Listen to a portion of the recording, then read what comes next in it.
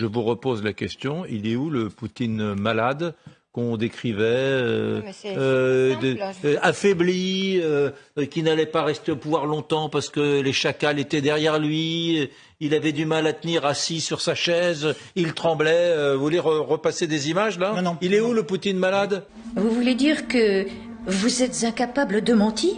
Exactement. Je suis incapable de mentir. Aujourd'hui seulement?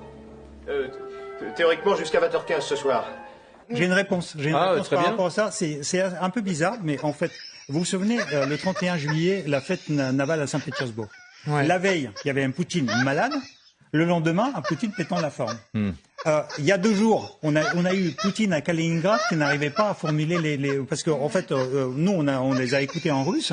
Il avait du mal à formuler, à articuler, et il était complètement écrasé. Et là, c'est un Poutine qui pète la forme.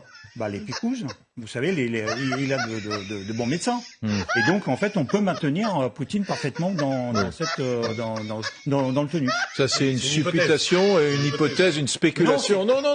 C'est pas. Vous savez rien, Sergueï.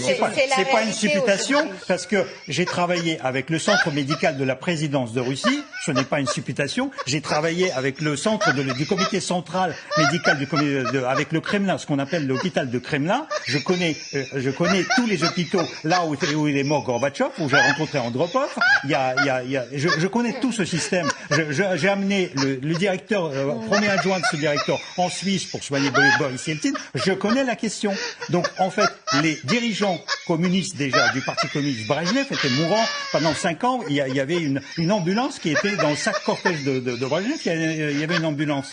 Et donc, en fait, je sais comment ils sont suivis. Je sais qu'il y a 15 médecins tous les jours autour du secrétaire général du parti. Et Poutine, actuellement, il est suivi par 50 médecins, y compris par les médecins israéliens, suisses, américains, anglais, français et allemands.